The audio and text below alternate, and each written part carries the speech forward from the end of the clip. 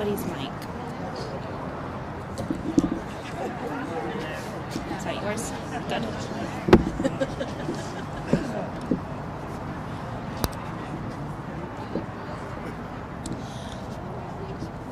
All right. Okay, thank you everybody for being here today. This is a great celebration, celebrating the grand reopening of the Southeast Area Command, the Phil Chacon Memorial Substation. Today you all will be hearing from Mayor Keller, Major Luke Langt, and some of the family members of Phil Chacon's family, his daughter Denise and his son Robert. We would also like to recognize some of our city councilors who are here today. That is Councilor Tammy Feeblecorn, and we'd like to give her a special thanks. She actually donated the food today that we'll be able to enjoy afterwards. There will be refreshments following this ceremony. And it's her birthday. And then also, we would also like to recognize Councilor Dan Champagne and Councilor Nicole Rogers, and I also was told that there are some representatives from our legislators here, so thank you for being here in support of this event. I will go ahead and turn it over to Mayor Keller to kick it off. Thank you. All right, well, good morning to all our folks in the APD family and, of course, neighbors throughout the International District and advocates and community members who work in this area. I see folks from all over the sort of community, and I'm getting a little signal to turn it up a notch. So there we go. Thank you. All right, so let's start again. Good morning, everybody. This is a very special occasion. It is something that we have not done actually in, I think, 25 years, which is dedicate a new station. Obviously, this is a bit of a renovation, but because we literally tore the whole thing down, it's basically a new station. So for us, a couple of things. I want to welcome all our neighbors. I see tons of neighborhood leaders here, from Pete from the District 6 Coalition, our former county treasurer, Nancy Burris from La Mesa. I met Siesta Hills earlier. And so we're just really grateful to see those folks here. There are a number of former APD officers here, as well as a ton of community advocates. Folks who work with all aspects of that continuum of care and safety that we try and provide in the city of Albuquerque. And this really is also extra special because we have members of the Chacon family here who are going to speak in a little bit. And so as I look around this crowd, I'm reminded just how special and diverse and layered our community is in terms of how much we love this city, and how much we also appreciate and respect those who try and keep us safe and try and keep our community together each and every day.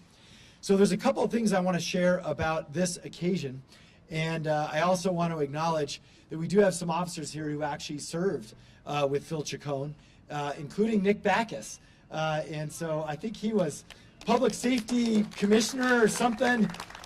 He was the big cheese for a while. Good to see you, Nick. So a few notes on this. I think first, to the community, I do want to acknowledge this has been part of a reinvestment in the Southeast, in the International District, a reinvestment that is now over $80 million. It has included a new library. It has included smaller things like hundreds of new street lights. It has included the new ACS headquarters, which is down on San Mateo. It's even included the Gateway Center, which is rehabbing, of course, that old Loveless property and providing services for folks who are unhoused. It's also included Phil Chacon Park, which, by the way, if the family didn't know, that whole thing is getting renovated too. So we're going to see you in like 4 months, I hope, for that one. And it also includes, next up, by the way, is Mesa Verde, which is the park in La Mesa. And of course, we did Wilson Park first. And there are, I could actually go on, but these are major investments that make a statement that we are never going to give up on anywhere in Albuquerque, including the International District. And we're also going to put our money where our mouth is. I know there's other councilors here who don't represent the International District, but yet they have supported these projects. Because frankly, it's reversing decades of underinvestment that we should have had here in the first place. And so we're going to continue to do that. And by the way, it's a very similar story in the Southwest. These were the two areas that were neglected for so long. And we're working very hard to reverse that. And this police station is also a major statement towards that. Now, a little bit about the history of this renovation. For us, when I came in, folks wanted to actually move this station to San Mateo Now, I mention that only because, and it was well-intentioned, but there was a whole different theory about why they wanted to do that. And I think we got together and we talked to the officers and the area commanders here, and everyone agreed, first off, this station is very, very important, literally where it is. It is literally next to a school, as you can see. It is literally next to a community center, and next to our Veterans Memorial on the other side, and next to a highly problematic apartment complex where there has been lots of criminal activity in the past. So this station has to stay here. And it also has to stay here for why it was renamed after Phil Chacon. And so, of course, what we came up with was adding the ACS station down on San Mateo. So I think like we had the best of both worlds. But saving this station, but also saying that we're going to fix it up was one of the first decisions I made when I came in. And it took us a long time. It's taken us 6 years to pull this project off with the funding and COVID and all these other things. But we also decided to do this. I said if we are going to have a police station in the Southeast, it should be one of the top police stations in the entire state. And that is hard to do. That takes funding, it takes all sorts of things. It needs a community room. It needs a gym that works. It needs detention cells so that we can actually have people before they're picked up by the prisoner transport unit. It needs a secure area for our officers to park and transition into their actual on-duty activity. And it also needs a community room, a place that the community can come together with neighborhood associations and literally be connected with our men and women in the Albuquerque Police Department. That is what we now have. This is a tremendous facility. It is first rate. It has all the upgrades and amenities that our officers have ever wanted. We got lots of input on this. It even has a nice new office for our commander. And, well, both of them. We also have a major now, but we'll talk about the specifics in a little bit. But the point is this. This is something to be proud of for our officers and our neighbors and for this community. It's a massive statement that we believe and we care and we invest in our police department and public safety, but also in the international district and in the community around it. So for us, I'm going to hand it over to some other folks to share some perspectives. I do want to acknowledge this was also part and parcel to our last two chiefs. I do want to acknowledge that Chief Geyer, he was the commander here when I met him, when I was the state senator in this area. And in fact, much of what this community has taught me was literally in the old station. And if you remember that old station, it was really dingy. There wasn't like a window in the whole place. And there was also nowhere to do all sorts of things that officers need to do now with respect to technology. But both chiefs also believed in this vision. And it took chiefs and our new counselors to kind of rework that and say, this is where we should invest our funding. There's also state legislators who helped put money in this. I want to thank them. And of course, everyone across multiple city council offices, because there's been some turnover, who've helped make this happen. So with that, let me hand it over to, he has an amazing story coming out of Highland High School and has been commander here now for quite some time. And I know has been a wonderful connection and bridge to the community. Now he is, I think technically he's acting, but we're just going to call him Major Luke Langt today. And let's bring him up next. Thank you, Mayor. First off, I'd like to thank everyone for being here, specifically the community for supporting the desperately needed renovations that we needed here. I'd like to thank the mayor, the administration, Chief Medina. He was really excited about being here. Unfortunately, he wasn't able to join us. And then also, of course, multiple city councils and city councilors that had a role in definitely making sure that we got the facility that we need to carry out our duties. Like the mayor said, I just like to share a little personal story about myself. This is home for me. I did attend Highland High School. I worked at Wyoming and Central. I stayed over at Utah and Trumbull, so the International District has a very special place in my heart because this is home. 18 years ago, I started as a patrol officer here in the Southeast, assigned to the Phil Chacon Memorial Substation.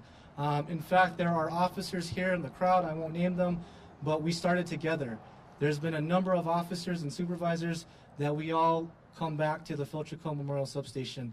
When I promoted to sergeant, my first graveyard assignment as a sergeant was here at Phil Chacon. When the opportunity came up to take over the Southeast Area Command, I was very blessed and fortunate that Chief Medina and Mayor Keller gave me the opportunity. I look at it kind of like a full circle. This is where I started my career as a patrol officer, and as far as my last command in patrol, I'm so blessed that it was here. I will tell you, kind of to what the mayor said, the old station, it seemed like every other week we had plumbing issues. It was a little bit outdated. It probably was as old as I am. I don't know the completion date, but it was an outdated facility, right? So for the officers that work here, having a place to be able to come and to decompress, to be able to have a safe space to eat, to do the reports, to maintain their fitness, I'm so thankful and I'm so grateful. I can tell you there is a saying for us officers, never forget, right? We never forget who came before us. And Officer Chacon's family will share some stories here in a minute, but the impact that he had to know that he wore this blue uniform, he wore this badge, and to what he stood for, not just as a police officer, but the role that he had in the community, the pride that gives me that I can continue his legacy, specifically here in the Southeast Area Command. Again, thank you for coming out. I look around and I see my time as the area commander for the last 4 years, all of the partnerships and relationships that I've been so blessed to create and have. You all showed up today, so thank you. Like the mayor said, we do have additions to this facility that we didn't have in the last facility, example being the community room. I always envisioned it as a space to where, you know, taking the lead of other great stakeholders that we had. NMBLC, they a couple months ago, they brought all of our business leaders here in the International District to a table to talk about issues and talk about solutions. That's what we want here for all of our neighborhood associations, our district coalitions, and all of our stakeholders. When it comes to public safety, bring everyone to the table to figure out the solutions that we need to make our community safe. And now, thank you to the mayor and the administration and council and all of our legislators, we have the facility to do that. So thank you so much. Again, this is very personal for me, having been raised here, and this was a second home to me, to be able to see this facility finally open. So thank you for being here today. At this time, I'd like to give the Chacon family some time to share who Officer Phil Chacon was. Thank you.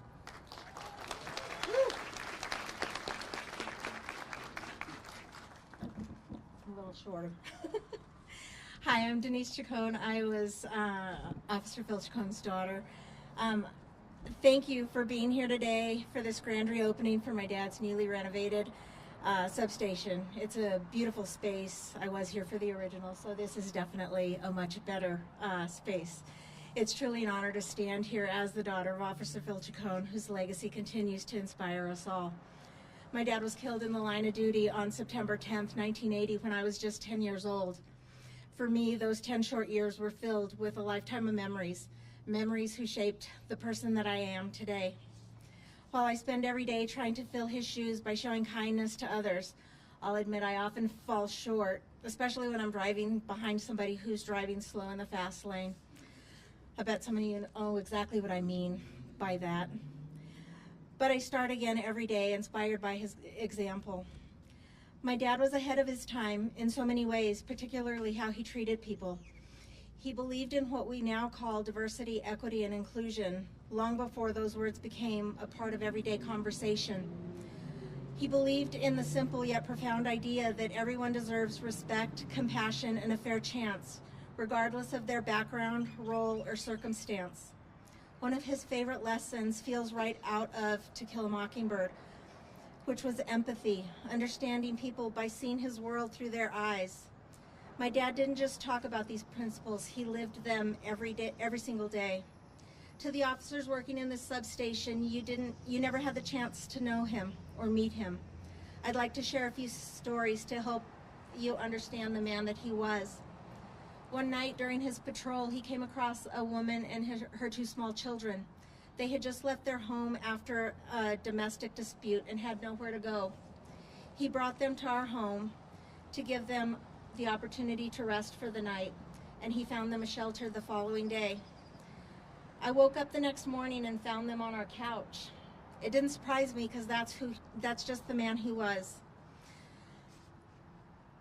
Another time he encountered a family who was stranded because their car had broke down. He found a friend whose family owned a motel, and he got them a room for the night free of charge. But he didn't stop there. He came to our home and scraped together what little money we had, and believe me, we didn't have much, to buy their baby some formula. He always believed that when someone needed help, you found a way. He also believed in building bridges in the community, which is what I think this building is going to do in this community. Relations between law enforcement and the Job Corps youth were strained at the time. So my dad organized a basketball game between the two groups. He even brought a live pig as the police department mascot, which I just saw a picture of today. Thank you for bringing that.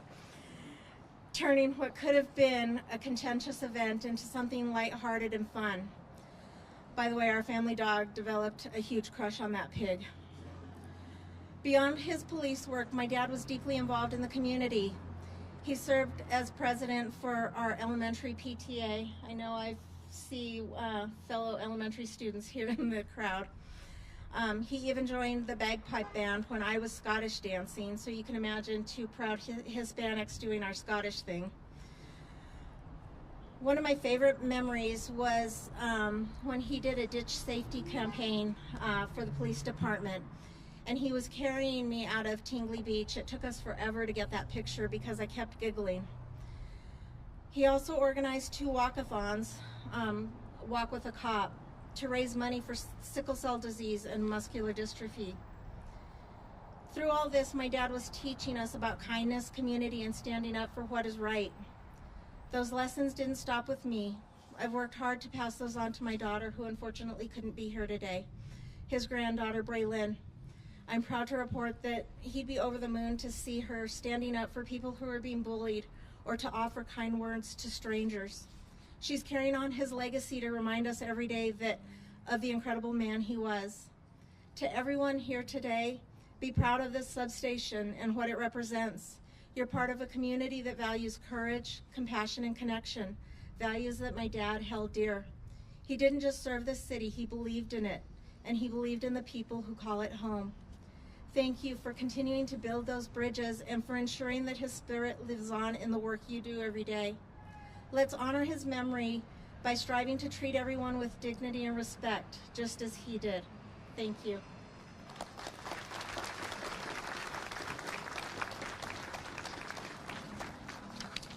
Hello, I'm Robert. I'm Phil's son. Excuse me. First and foremost, I didn't even think about all the cameras that would be here. They say camera adds 10 pounds, so I'm really worried about this view you guys are getting at me, so be kind. Put the thin filter on me, please. My dad loved his job. He wanted to protect the good people in his city. He tried to better relations with the public. He wrote an article to either the Journal or the Tribune. If you remember when Albuquerque had 2 newspapers, here's your reminder to take your pills for your achy joints, your acid reflux, and your ginkgo biloba. In his article, he described being a cop from his point of view. He emphasized how, quote, I don't have a day, an hour, or a minute to analyze a potentially dangerous situation. I have to act now. I have to live with my decision and be ready to pay for my decision, right or wrong. Remember, I only have a second. It is so easy to look at decisions after the fact now, especially since we live in our age of technology with instant communication. With that said, my dad emphasized, quote, I'm not condoning excessive police force. If there's a bad cop, let's get rid of him. But don't drag down all the police officers for one person's actions. Be specific, give a name. He gave some examples, and here's one of them. If a doctor performs a surgery on a loved one and the loved one dies, you don't blame the entire medical community, you go after the doctor. In his article, in my opinion, this is the most important thing he said, quote, What's really hard for me to understand is this. In some cases, I have to hurt somebody to help them. And yes, I might have to kill somebody in order to help somebody. He ends his article by saying, he ends his article with saying, 99% of us became police officers for one reason, to help people, not to hurt them. I was just 6 years old the night I lost my dad. Sadly, my memories of him are fewer than I'd love to have. I would say most people who pass this substation don't even know who he is, let alone know how he died trying to protect his city. I'd like to thank everyone involved with this project to not just reopen the substation, but with this recognition of my dad, to know why his name is associated with this building. Thank you.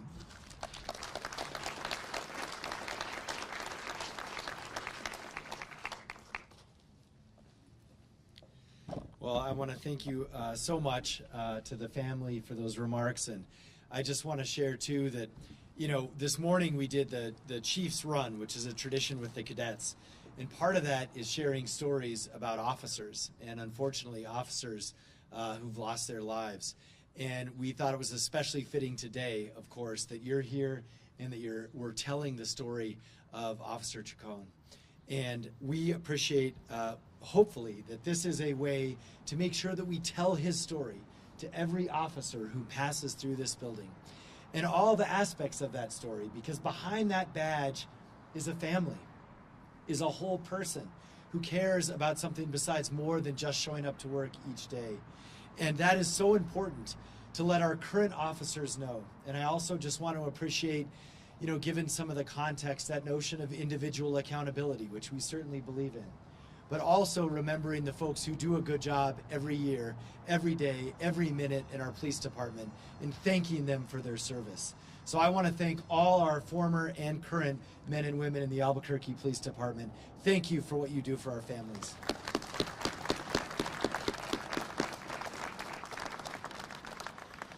So I think just some quick housekeeping items. What we'll do next, first I want to share, Chief Medina is at actually his his father-in-law's funeral. And so again, wishes he could be here. Obviously it's important he's there, but he also notes for the community that we do want to give you a little bit of just a quick update, because you have a chance to meet some of the folks who work here. So Acting Major Langt, his role that we're looking at is how we can clean up all of Central. So just want you to know that's hopefully going to be his role. We're piloting it right now. And I do want to also introduce, you never know because they're acting, but Acting Commander also in this area, because he's here with us too, Acting Commander Richards. And so right now he's running the shop here. Okay, so with that, we certainly want to do Q&A and all those kinds of things that we always honor our media partners with.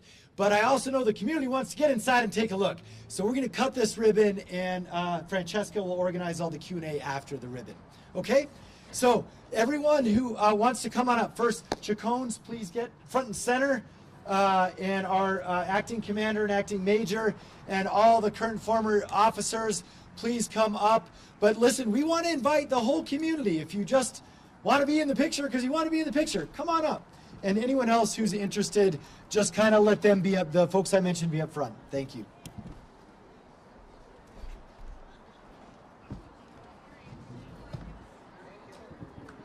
Am I in your shot if I'm standing right here? Am I in his shot if I'm standing like this?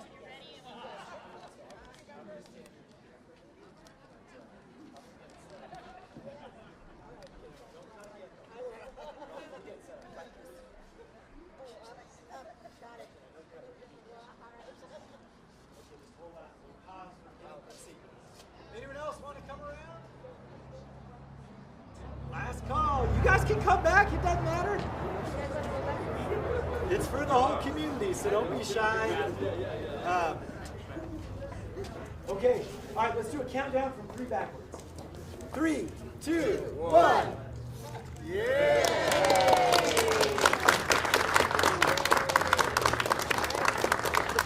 All right, come on in, everybody. Thank you.